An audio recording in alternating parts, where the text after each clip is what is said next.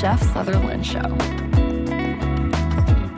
Let's grow today as we learn from decades of real estate and leadership experience.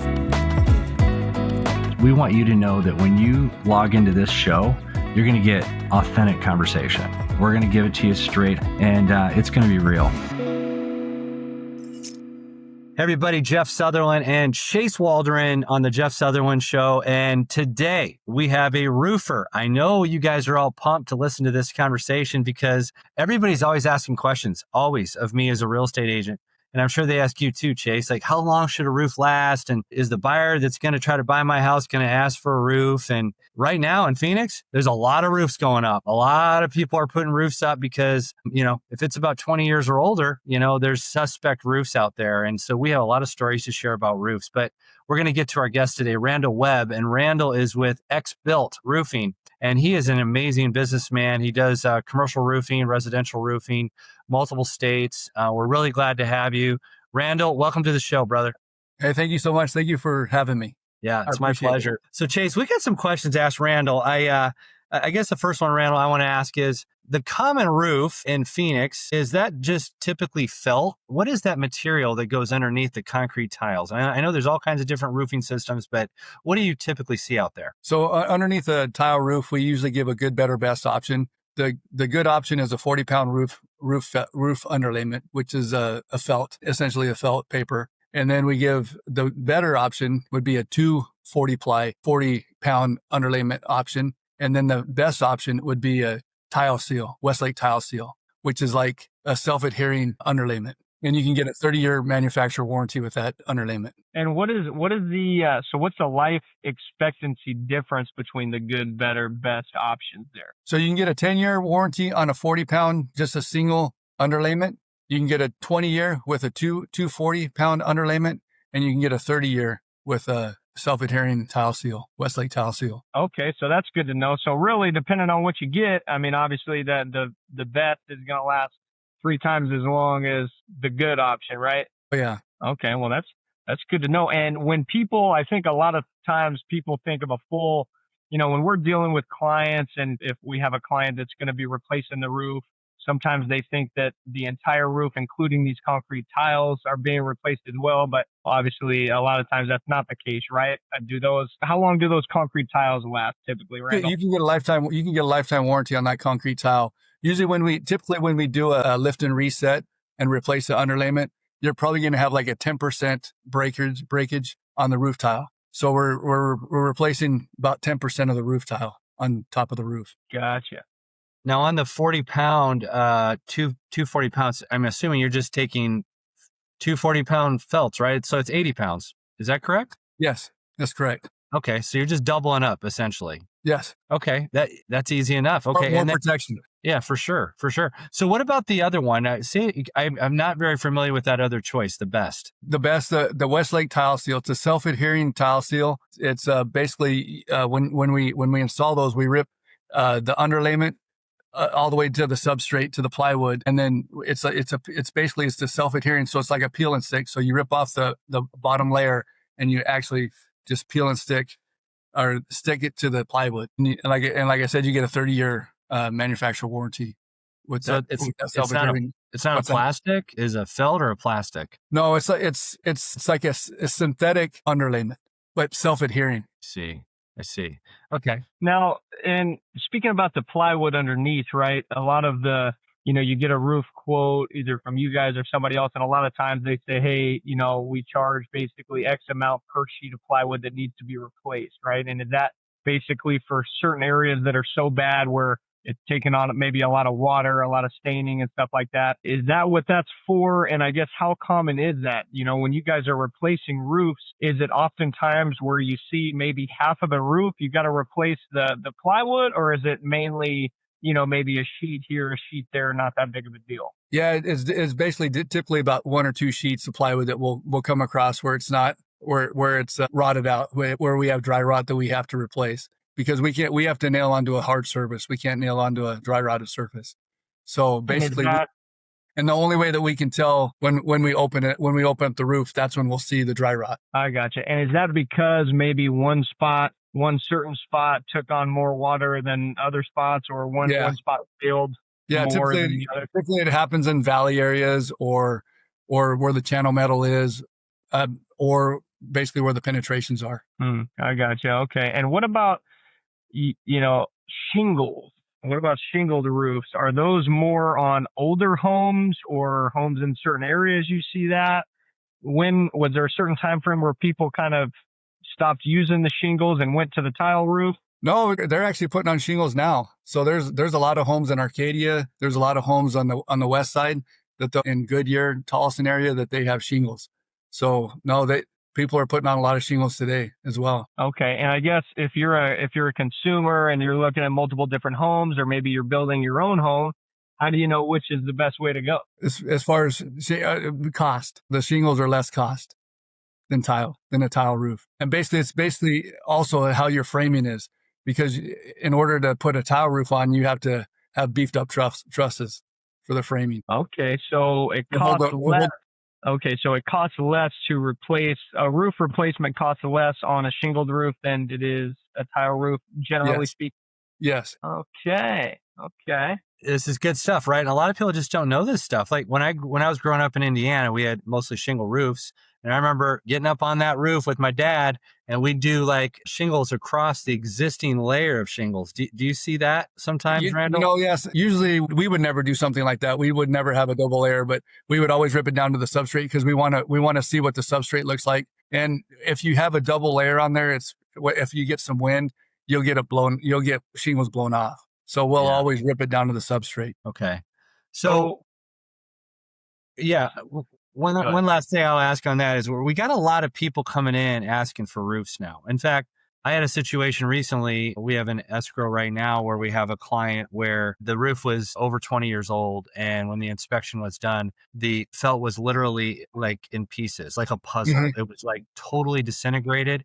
And so there was a negotiation that was done on that. And subsequently, the buyer's going to get a brand new roof. So are you seeing, being that you've been in this business a while, are you seeing a lot more of that happening during the inspection period with all these homes that are transferring? Yeah. Oh yeah. Yeah. Just because a lot of these homes were built in the 80s, 90s that are coming due right now that need the underlayment replaced. So typically you get about 20 years. Some homes get a little bit longer than 20 years, but typically it's about 20 years where the underlayment starts to fail. And how much does like a home that's like, let's say 1,500 square feet, you got to swap out the underlayment? What does that usually run a consumer nowadays? It would probably anywhere from 15 to 20,000. Yeah. It's no joke, right? It's no joke. Oh yeah, it's expensive. I mean, labor's expensive. Yeah. We should almost start having roofing insurance, because it's like, people don't have like an extra, 15 large sitting around, in their back pocket usually. The nice thing is there's financing available that we can offer to consumers as well. That's nice, man. That's good. And just, I guess, going back to the shingle versus tile roof for a quick second. So if it costs less for the shingle roofs, I guess, what is the benefit for a tile roof? Why would anyone want to pay more and have the tile roof? Just the look that they're going for. Wow. Okay. The look. That's interesting. Well, also there's some HOAs out there that warrant a tile roof. You're not going to be able to get a shingle roof. There's HOAs that you have all tile that you're not going to be able to rip your tile off and put shingles on. Right, for sure. And and then going into that, there's different types of tile: flat tile, S tile. Is there a difference there, or is that really just a look? It's just a look. It's whatever the homeowner or the consumer prefers. Okay, so there's not one that's better than the other. No. Here's another one. We're just peppering you with questions around. I love this. By the way, if you're listening, we're talking to Randall Webb with XBuilt Roofing, and he's an expert at this. So when you have, let's say, a general inspector, you're a buyer, you have a general inspector that's going to inspect the house. He's not a roofing inspector. He doesn't know, he's a generalist. If he gets up on that roof and starts cracking tiles, we've heard all kinds of stories on this. Do you know a lot of these roofs warranted? They say basically there should not be, people walking around the roof. Do you know if that invalidates any warranties when that happens? Well, yeah, a lot of roofing companies will not. If a roofing company does your roof and there's other people getting up on the roof and they're breaking tile, they're not going to cover that as under their warranty. So yeah, it will hurt the warranty. So you got to be very careful who you let go on your roof, because if you let just like what you said, a generalist get up on your roof, and they're just walking and they don't know how to walk on those tiles and they start breaking tiles. It could costly to get that fixed. Yeah. So now, typically when we're working with clients, right, say we're helping a buyer that we're under contract on, we're going through the inspection period. We see the roof is 20 years old, right? We know that, okay, we're now kind of entering that time frame of where it's probably due for some underlayment.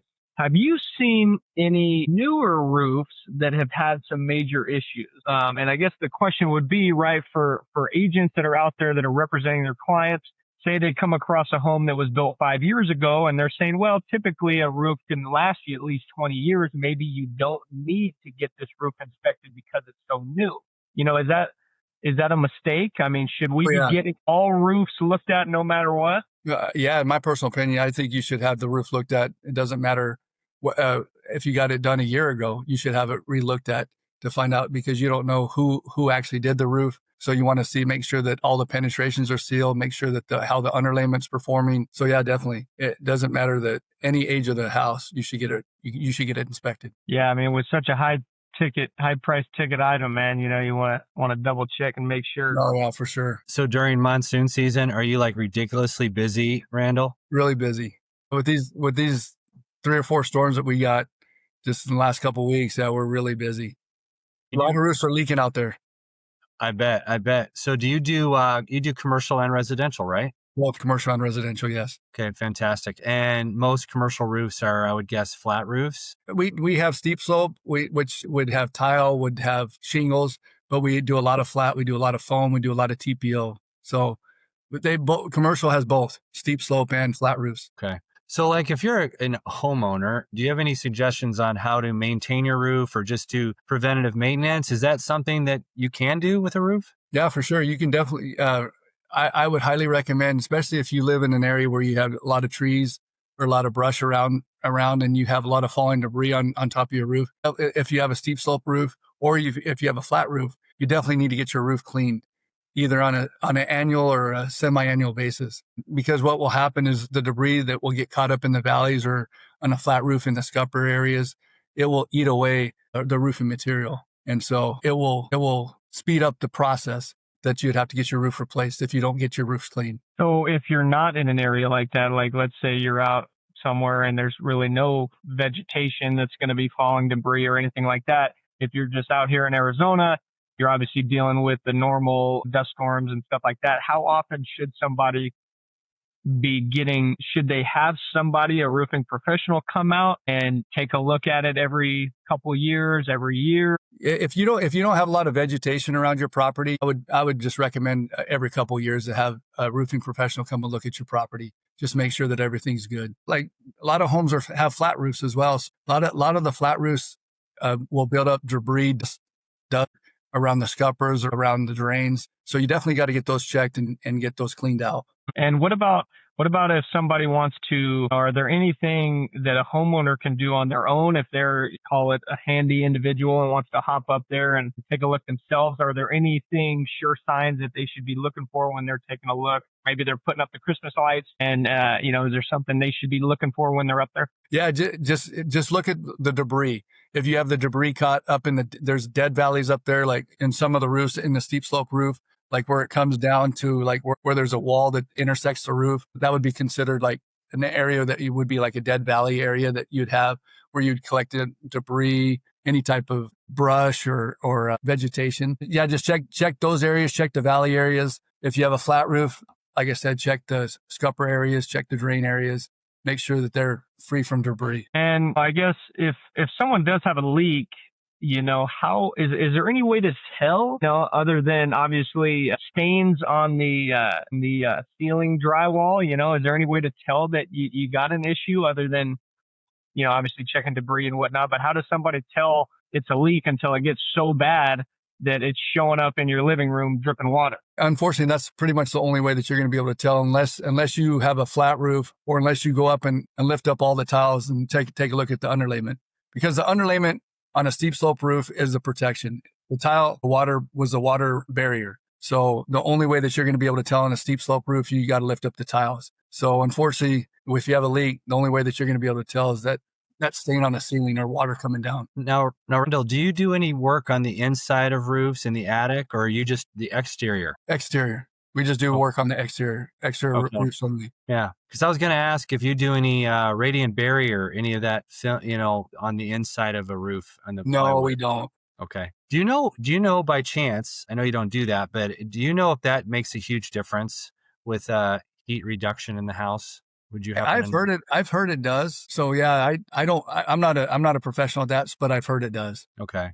Yeah, essentially what that is, friends, is it's just an aluminum sheath of it's like an aluminum material that goes on the inside of the OSB board or the plywood on the attic.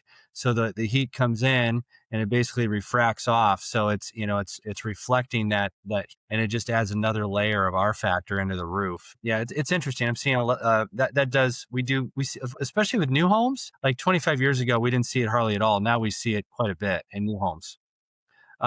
Speaking of that, have you seen any technology changes over the years with roofing? Like when you started, have you seen any enhancements, or is it just straight old, just put the felt down and go from there? No, they have cool roof systems where they have elevated battens, where the battens, they're a vented batten system, like on a steep slope system, that a water, if it enters through the tile and enters, or you have any debris, it's not going to build up around the battens. The battens are what holds the tile up on the steep slope roof, the wood battens. And so there's elevated, so you'll have like debris or water that will run underneath them. They won't get caught up on the battens. So it's a cool roof system. So yeah, there's different systems out there. So how long have you been doing this, Randall? I was in the restoration business for 20 something years. Then I sold my restoration business. And about 3 years ago, my cousin came to me, who's been in the roofing business for 25 years, came to me and he said, let's start a roofing business. And so I've been in the roofing business for 3 years. Wow. But I've been in the construction business for 25 years now. Is the roofing business really competitive? It's very competitive. So do you find a lot of times people ask you to come out to do quotes or whatnot, and then you don't get the job because they're trying to basically have the lowest price person, or, how often when you go out and do a quote on a job, how often do they use you? I know you're very charming, so I'm sure they use you quite a bit. I don't know what the percentage is. I would say it's probably 80% that we'll get the job when we bid it. When we bid the job, because I'm a type of person. If I say I'm going to do something, I'm going to do it, and I'll always stand behind it. So if we do their roof and there's some type of little issue with it, a year, 2 years down the road, 3 years, 4 years, they can always call me, and I'll always stand behind what I say. That's just the type of person I am. That's awesome. No, I know you, and that's fact. Is the warranty offered from your company on this stuff, or is it through the manufacturer of the? Both. Well, nice. Depending on the manufacturer and the system, we will give our warranty, XBuilt warranty, and then we'll also give a warranty of the manufacturer. And then are there times where, you are looking at a roof and maybe instead of needing a full replacement, you're able to just, repair a certain area instead of having to replace the entire roof? Is that not really that common? No. We'll if we can repair it, we'll repair it. It's all up to the homeowner. Like if your roof is 20 years old and you have multiple repairs, it might be time to do a full replacement because you don't want to keep on spending good money after bad. So, but yeah, we can definitely repair it as well. Just depending on what the consumer wants. Yeah, my wife and I were going through that where we were patching different places in the roof, and it was running us like $2,000-$3,000 a shot. And finally, we're like, let's just get a new roof. Oh, Yeah. What's the turnaround time, Randall, when somebody starts when you do a roofing job? Let's say it's a 2,500 square foot house. How many days usually do you need for that job? We would get a 2,500 square foot home done in 3 to 5 days. Okay. How many crews do you have, Randall? We have 6 crews. Wow, that's amazing. And that's a lot of work. That's a lot of stuff going on. And do you keep them pretty much busy all the time? All the time. Yeah, we're busy all the time. It's been a blessing for us. So I'm running out of questions. What questions you got, Chase? Or what am I forgetting to ask you, Randall? Man, I got another one. I've heard about, and I don't know how common this is, but the way a roof or a house is positioned, and what side is maybe getting that evening sun, that it wears differently, right? Maybe one side of the roof wears a lot faster than the other, how often is it that someone can just say, okay, hey, this west facing side of the roof is really starting to get bad. I'm going to replace this side, just do this one half instead of doing the entire roof. And then maybe, 4 or 5 years down the road, I'll do this other side. Is that common to kind of break up that cost for somebody? I mean, it's not too common, but you definitely can do something like that because the protection, like on a steep slope, on a tile roof, on the sun, you have that tile protection. Yeah, you're going to have some baked tile, but where your actual water resistant barrier is your underlayment. And basically your underlayment most likely is going to wear the same on the north or the south slope. Okay. Now I guess that's interesting. So would shingles be different then? Yeah, shingles would be different as far as like what are sun baked or granulose, depending on the. And now that I think about it, the one house that I had a client looking at that kind of had that situation was a shingle roof. So I guess that makes sense because the tile blocks it anyway, so it would wear the same. It's a protection to the underlayment. Now I want to go a little bit on solar. So let's say somebody wants to put solar panels up on their house. When they start, that solar company is doing the work. You're not doing the work, right, Randall? As far as the installation of the solar? Yeah. Yeah. They're doing the work. Okay. So when they do that, they're doing penetrations into the substrate, right? Because they're trying to lock those in, right? Yeah. So I would think that they would have to make those watertight. And do you see any issues because solar companies have not done a good job doing that? Any issues around that? I do know a good friend of mine that's a pest control person, and he said there is an immense amount of debris from insects and birds that kind of go around the solar panels, and it causes a lot of leaks. So tell us what you know about solar. Basically, if they don't seal the penetrations properly, you're definitely going to have leaks. And also, if you don't put that web or that netting around the solar panels, you can get pigeons up in there, you can get rodents up in there, and then they go to the bathroom in there, and it deteriorates the underlayment. So you definitely, if you have solar, you're definitely going to want to put some type of webbing so that the rodents or birds cannot hibernate or get up underneath the solar panels. Now, if somebody needs a full roof replacement and they already have solar, do you hire another company to take the panels off and then you guys replace the roof and then have that company come and put those panels back on? Yeah, we would coordinate all that. We have a company that we work with, the solar company that we work with, and then they would come in and they would detach the solar panels, and then we would come in there and do our work, and then we would call them back, and then they would install the solar panels or reattach the solar panels. Yeah, and Jeff, Randall and I actually dealt with a client with all that, and it really depends, I guess, on who the solar panel. Well, I guess if the solar panels are owned, if they're leased, and then dealing with whoever the lease is through on if they are the ones that have to remove the solar panels or if anybody can remove them. There was a lot to it. You can see why Chase and I are asking so many questions about roofs. We get questions all the time about roofs. I would imagine. Yes.